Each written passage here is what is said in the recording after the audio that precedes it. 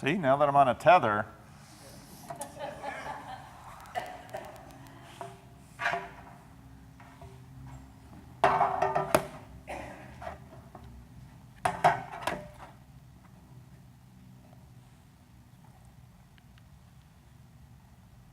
Let's see if this works. There it is. So I was born in '63 and grew up during the Cold War, and some of you are older than I am, and so you remember World War II and the show trials that Hitler would have. These kind of things happened in the Soviet Union too. They happened in Cuba, and just recently, a student, the guy in the bottom picture here, 15 years ago, he was a student visiting North Korea, and he saw a propaganda banner and decided he wanted to take it as a souvenir, and so he grabbed it, and he was arrested, and he was held by North Korea for 15 years, and he was just recently released to the United States, and when they got him, he had already been beaten terribly, and recently he died. It's helpful for us not to forget these totalitarian regimes and the kinds of things that they do. One of the strangest things that they do are they have these show trials where they might arrest you for political dissent, drag you out of your home, put you in prison, and then torture a confession out of you, and then have you stand trial to confess your sins against the state before you are executed. Now we're kind of used to this because it's a story that you might have seen on the news or you might see on movies, but there's a strangeness about this. If everybody knows that they are just going to take you out of your house and they're going to throw you in a prison camp or execute you, why do they go through all of the effort to beat a confession out of you? They've already made up their mind. What is it in them, what is it in tyranny that says, I need to be validated even by my enemies?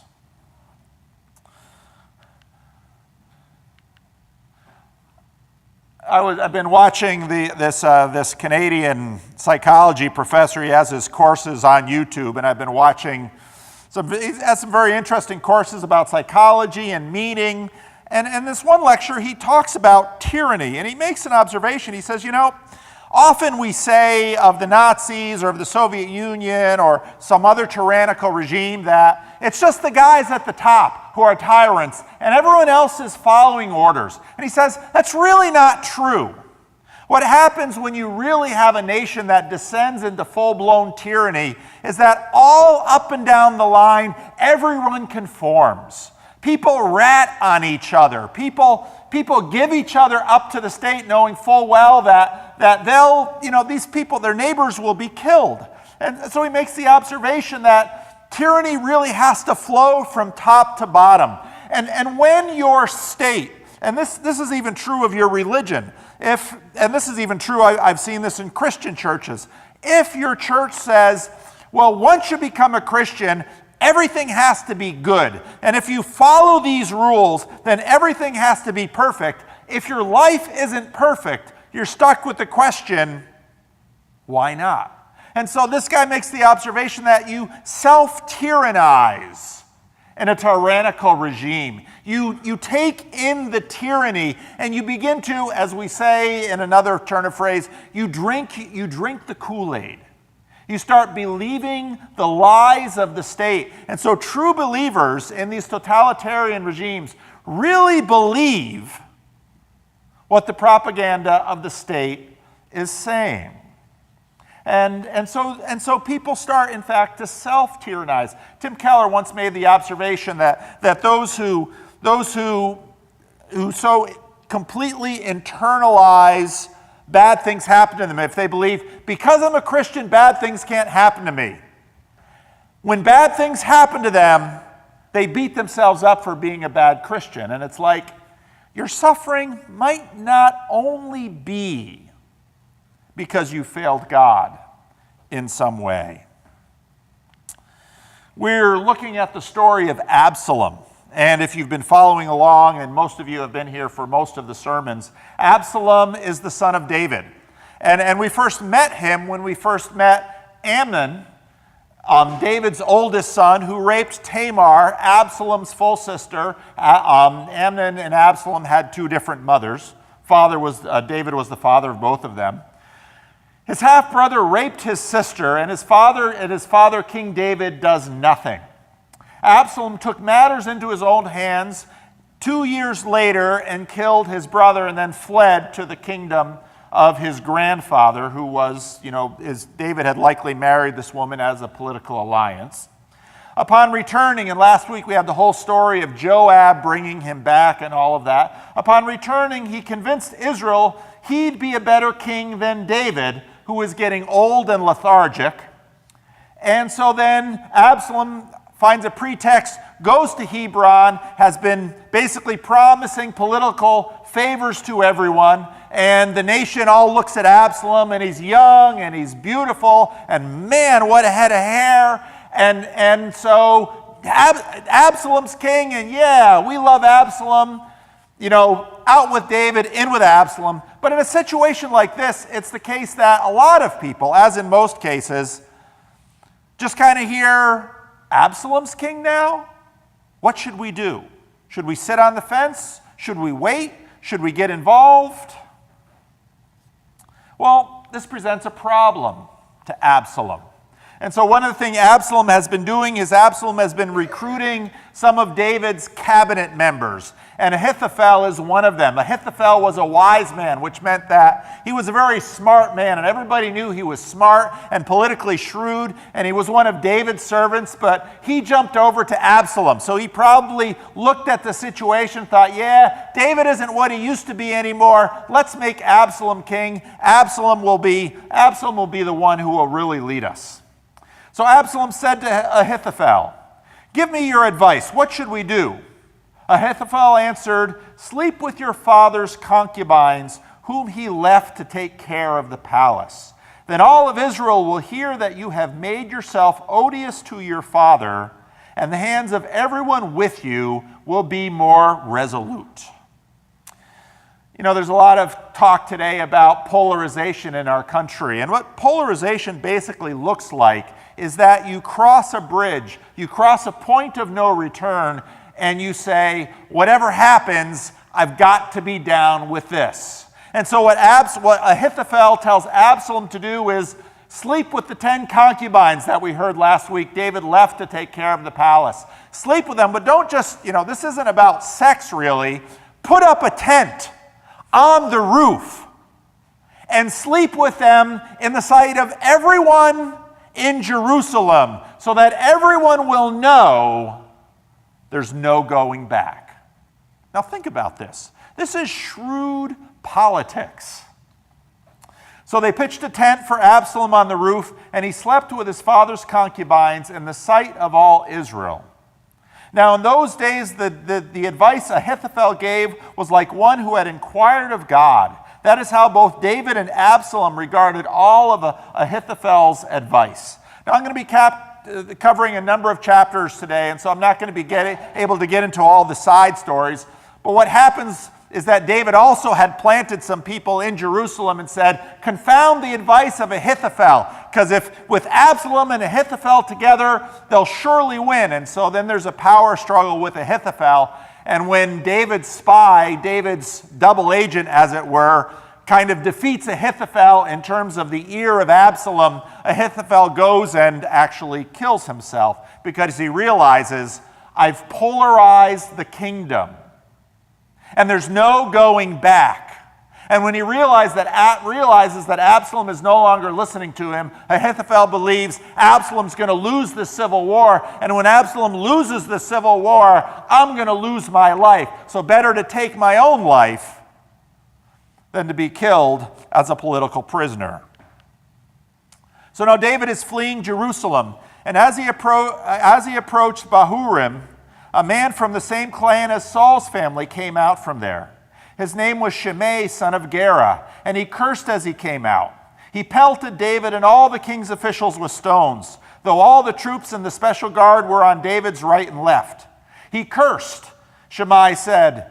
As he cursed, Shimei said, "Get out, you murderer, you scoundrel. The Lord has repaid you for all the blood that you shed in the house of Saul. In those places you have reigned. The Lord has given the kingdom to the hands of your son Absalom. You have come to ruin because you are a murderer." Are you getting the picture here? The nation, so these old wounds from the civil war with Saul now all reemerge. But David is marching out of Jerusalem with basically his private army, who we'll see in a minute, his private army that delivered him and won the last civil war. And this guy feels so empowered that he stands on the side and starts throwing rocks at the king. Now, what would you imagine would happen if someone would do this? Then Abishai, son of Zeruiah, Abishai is actually Joab's brother, said, "Why should this dead dog curse my lord the king?" Well, why does he call him a dead dog? Because he's an ally with Saul, and Saul is dead. "Let me go over and cut off his head." But the king said, "What does this have to do with you?" Now again, if you remember last week, when Zadok comes with the Ark of the Covenant, and David says, "No, send it back. Leave the Ark in Jerusalem." And now you would imagine you're throwing rocks at the king. He's got a private army around him. What does David do? David says, "No. What does this have to do with you, you sons of Zeruiah? If he is cursing because the Lord has said to him, 'Curse David,' who can ask, 'Why do you do this?'" David then said to Abishai and all his officials, "My son, my own flesh and blood, is trying to kill me. How much more, then, this Benjamite? Leave him alone. Let him curse, for the Lord has told him to. It may be that the Lord will look upon my misery and restore to me his covenant blessing instead of his curse today." Now, what's going on here? What does this say about David? Now, again, you might imagine that David's goal should be marshal his troops, kill anyone who stands against me, tolerate nothing, tolerate no one. That's exactly the move that Absalom just made in terms of sleeping with the concubines. But David says no. Why does David say no? Because the Lord is king. The Lord is king over David. Israel is not about David. Israel is not about Saul. Israel is not about Absalom. And so David can say, even if this hurts me, I will submit to the Lord. The king answered, this is so basically, David retreats, goes to a town across the Jordan. That town gives David some provision, some comfort. David's spy in Jerusalem has basically reported out to David what Absalom's plan was. Ahithophel had told Absalom, hit him hard and hit him right away before he has a chance to regroup, which would have been the right strategy. But David's mole says, no, wait and gather all kinds of people from Israel, which gives David time to kind of regroup and get his bearings and settle down and organize himself.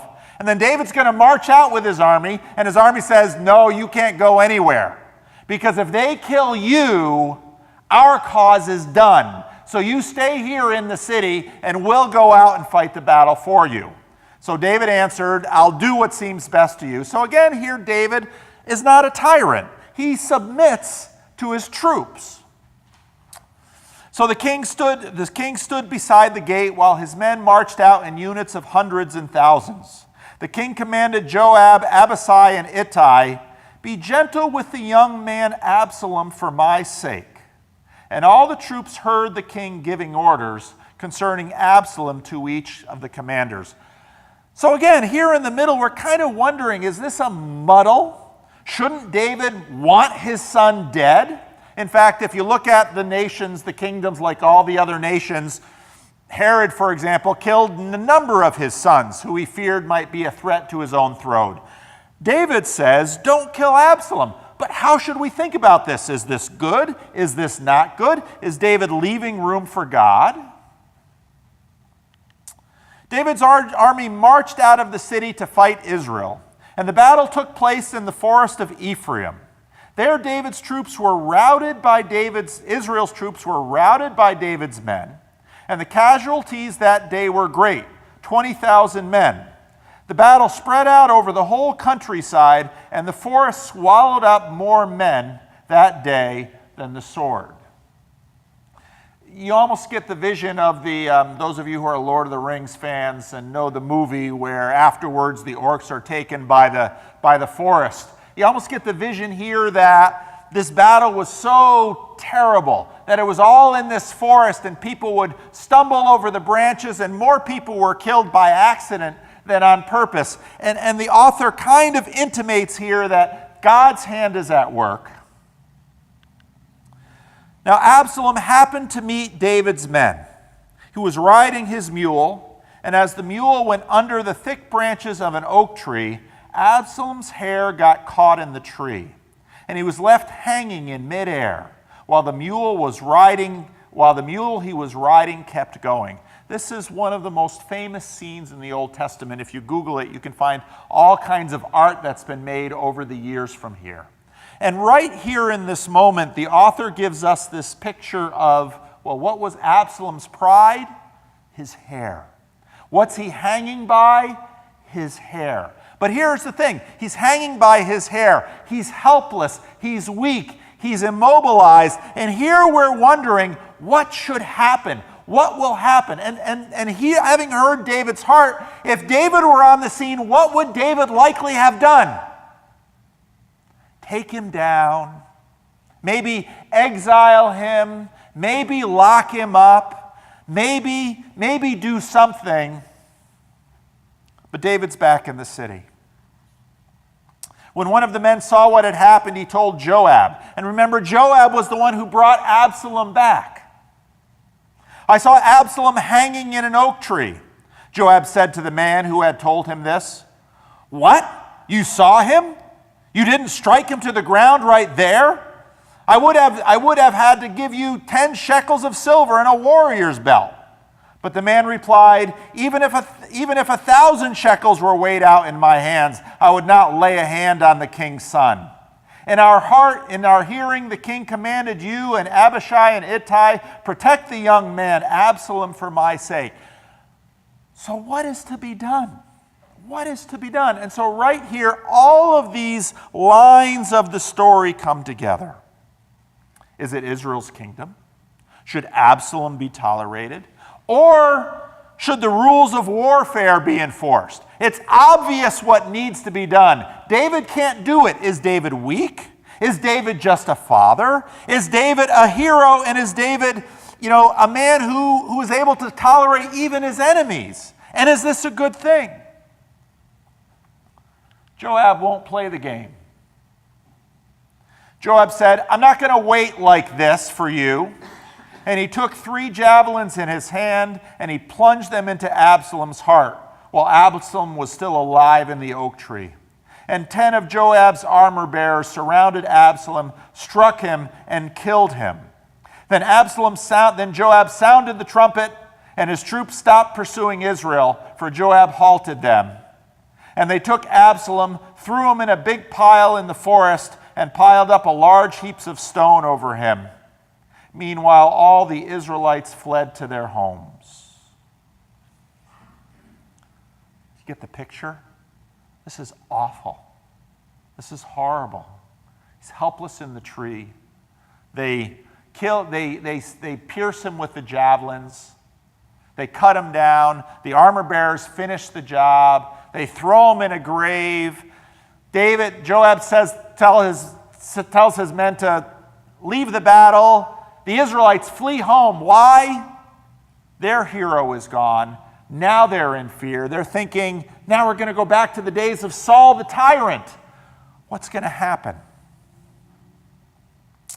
After this comes another little segment of the story that I'll skip over, where the son of Zadok, the priest's son, comes up and says, "I want to run and tell David the good news." And Joab says, "I don't want you to do that." And then they get a Cushite, who's a foreigner, say, "We'll send him." Why?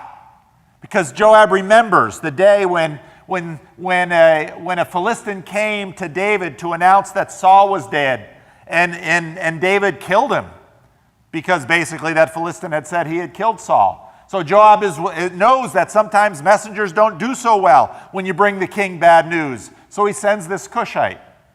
Well, the young son of Zadok gets to David first and is all happy about it. But then David sees another one coming, and David starts talking to him. Then the Cushite arrived and said, "My lord, the king, hear the good news. The Lord has vindicated you today by delivering you from the hand of all of those who rose up against you." So the Cushite is thinking in conventional political terms. David, you've won. The rebellion is done. You're king again. The king asked the Cushite, "Is the young man Absalom safe?" Notice what he calls him. He doesn't say, "Is my disgraceful son safe? Is the murderer of my son safe?" Absalom by this point is, a young man, but he's fully grown. But who is he in David's mind? His son. Is the young man Absalom safe? The Cushite replies, "May the enemies of my lord the king and all who rise up to harm you be like that young man." David knows what that means. The king was shaken. He went up to the room over the gateway and wept. And as he went, he said, "Oh, my son Absalom, my son Absalom, if only I had died instead of you. Oh, Absalom, my son, my son." It's one of the most poignant stories in the Old Testament. What is David to do? What is David to do? This is his son. He loves his son. It's also a rebel who's tried to take the kingdom from him. And right here we have, in a certain way, this image of God. What is God to do with us, his children who rebel against him, who do this evil on the earth? The evil has to be put down, but at the expense of his son? Joab was told, "The king is weeping and mourning for Absalom." And Joab fully knows that David's men have just slaughtered people. And they've lost friends, and they've just had a bloody battle and a horrible civil war because of Absalom. And everybody knows David is weeping for their enemy that they've just killed for, and in fact killed him. Remember, Joab is David's nephew. And for the whole army, the victory that day had been turned into mourning, because on that day the troops heard him say, "The king is grieving for his son." And the men stole into the city that day, as men steal in who are ashamed when they flee from battle. And again, it just puts it exactly right. Where they should be marching into the city triumph, for the kingdom has been saved. The men act like they're running away as cowards to hide. So what is true? What is real? Where's the tyranny? What's going to happen? The king covered his face and cried aloud, "Oh, my son Absalom! Oh, Absalom, my son, my son!" Then Joab went into the house to the king and said, "Today you have humiliated all your men, who have just saved your life and the lives of your sons and daughters and the lives of your wives and concubines. You love those who hate you and hate those who love you. You made it clear today that the commanders and their men mean nothing to you. I see that you would be pleased if Absalom were alive today and all of us were dead. Now go out and encourage your men. I swear by the Lord that if you don't go out, not a man will be left with you by nightfall. This will be worse for you than all the calamities that have come on you in your youth until now." What is David to do? Is he to be the father who mourns for his son? Is he to be the king who stands up and does what's good for the nation?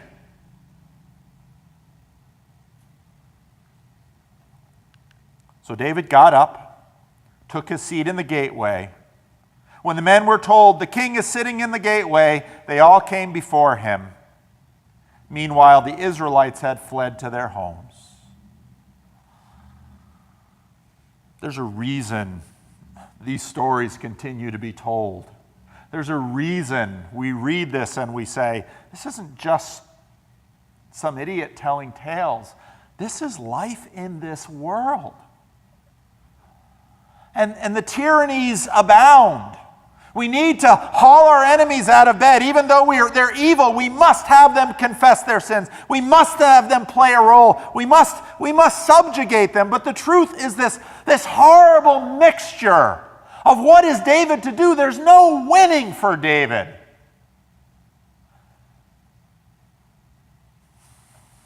Tyrannies go from top to bottom. We enforce them amongst each other. We enforce them upon ourselves. And so Joab has to come in and say, David, you have to take the party line. And David has to suck it up, sit in the gateway, and congratulate the troops, even though his heart is torn. But what's the other side? Joab is right.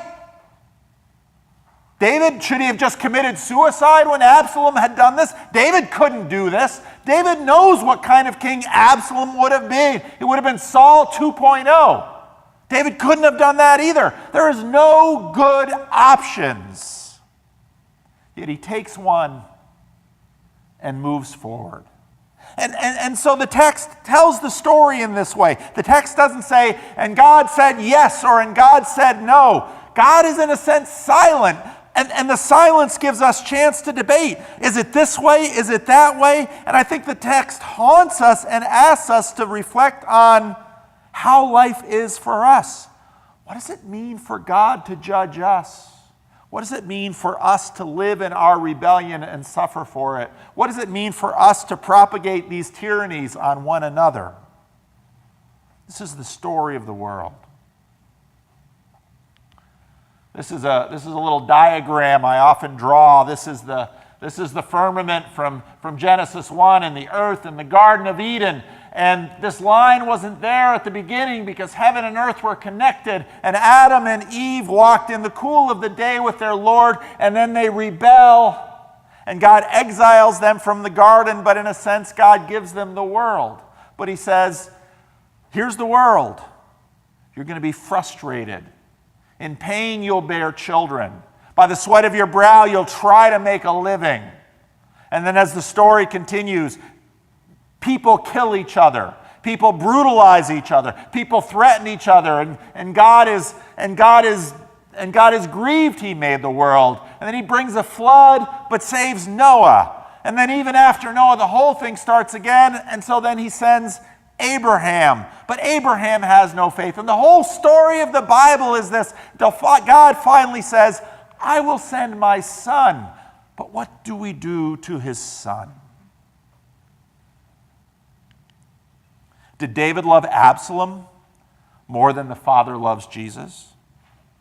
Christ gave his life willingly in hope of reconciliation. Absalom was in it for himself. The freedom of God asks you to come not into tyranny, but into freedom. Hell is a question that Christians wrestle with. Can God really send people to hell? The question is really much more this. When God ends the exile, and if God is not a tyrant, where will the exiles go? In a sense, God says, you don't want me to be your king? I won't force myself on you. Go. But what will it be? It'll probably be a lot like this. The freedom of God asks you to come not into tyranny, but into freedom. And this is the message of the gospel. Because on the night he was betrayed, Jesus took bread and he broke it. If you read Dante's Inferno, and you read all the way through the book, and you get to the lowest level of hell, who do you find? Traitors. Dante makes the observation that betrayal for human beings is one of the worst sins, especially betrayal by a loved one, betrayal by a son. Because what will you do with your son? If your son turns on you, what will you do? Will you kill him? He's your son. A good man is torn with David's tearing. So on the night Jesus was betrayed, he took bread and he broke it. Joab's question to David is interesting. Would you rather all of us die? David says, no, I'd rather I die. And the son of David comes, and what does he do? He dies. We're Absalom. The night he was betrayed, he took bread and he broke it. And he said, this is my body broken for you. In a sense, he was like David saying, I will die for my son. Jesus dies for the rebels, and that is us.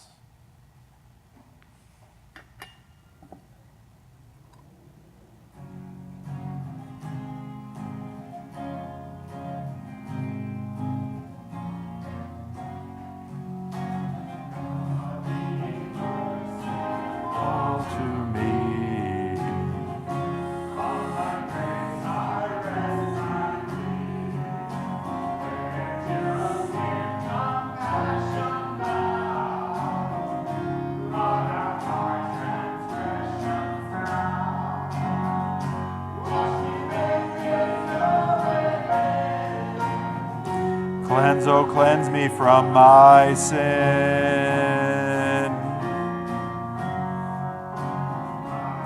Transgressions I confess. Guilt my soul oppress. Have sinned against thy name. Love thee to thy face.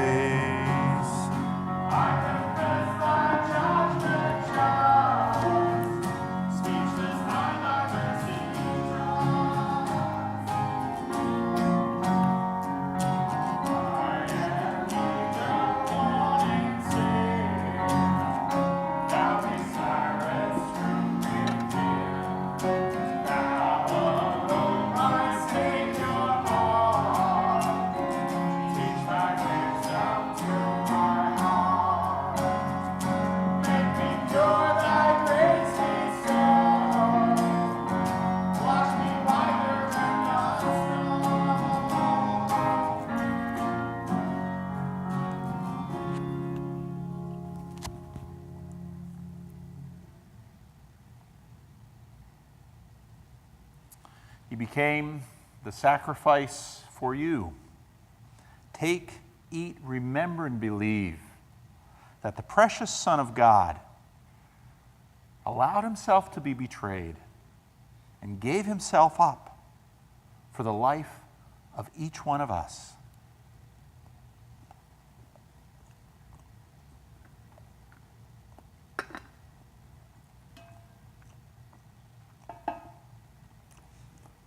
That same night, he took a cup. He said, this is a new covenant in my blood. This is a new relationship. Before the old covenant, the blood of animals stood in our stead.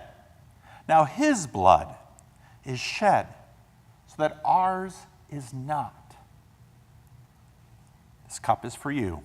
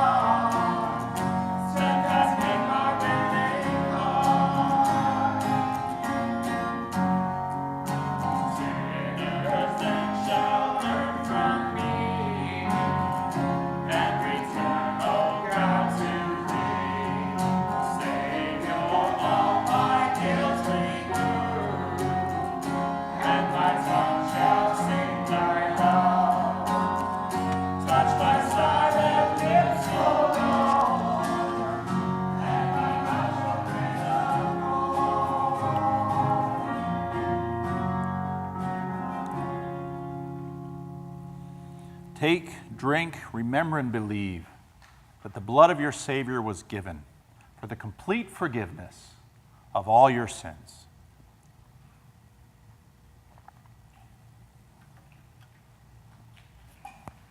Would you stand?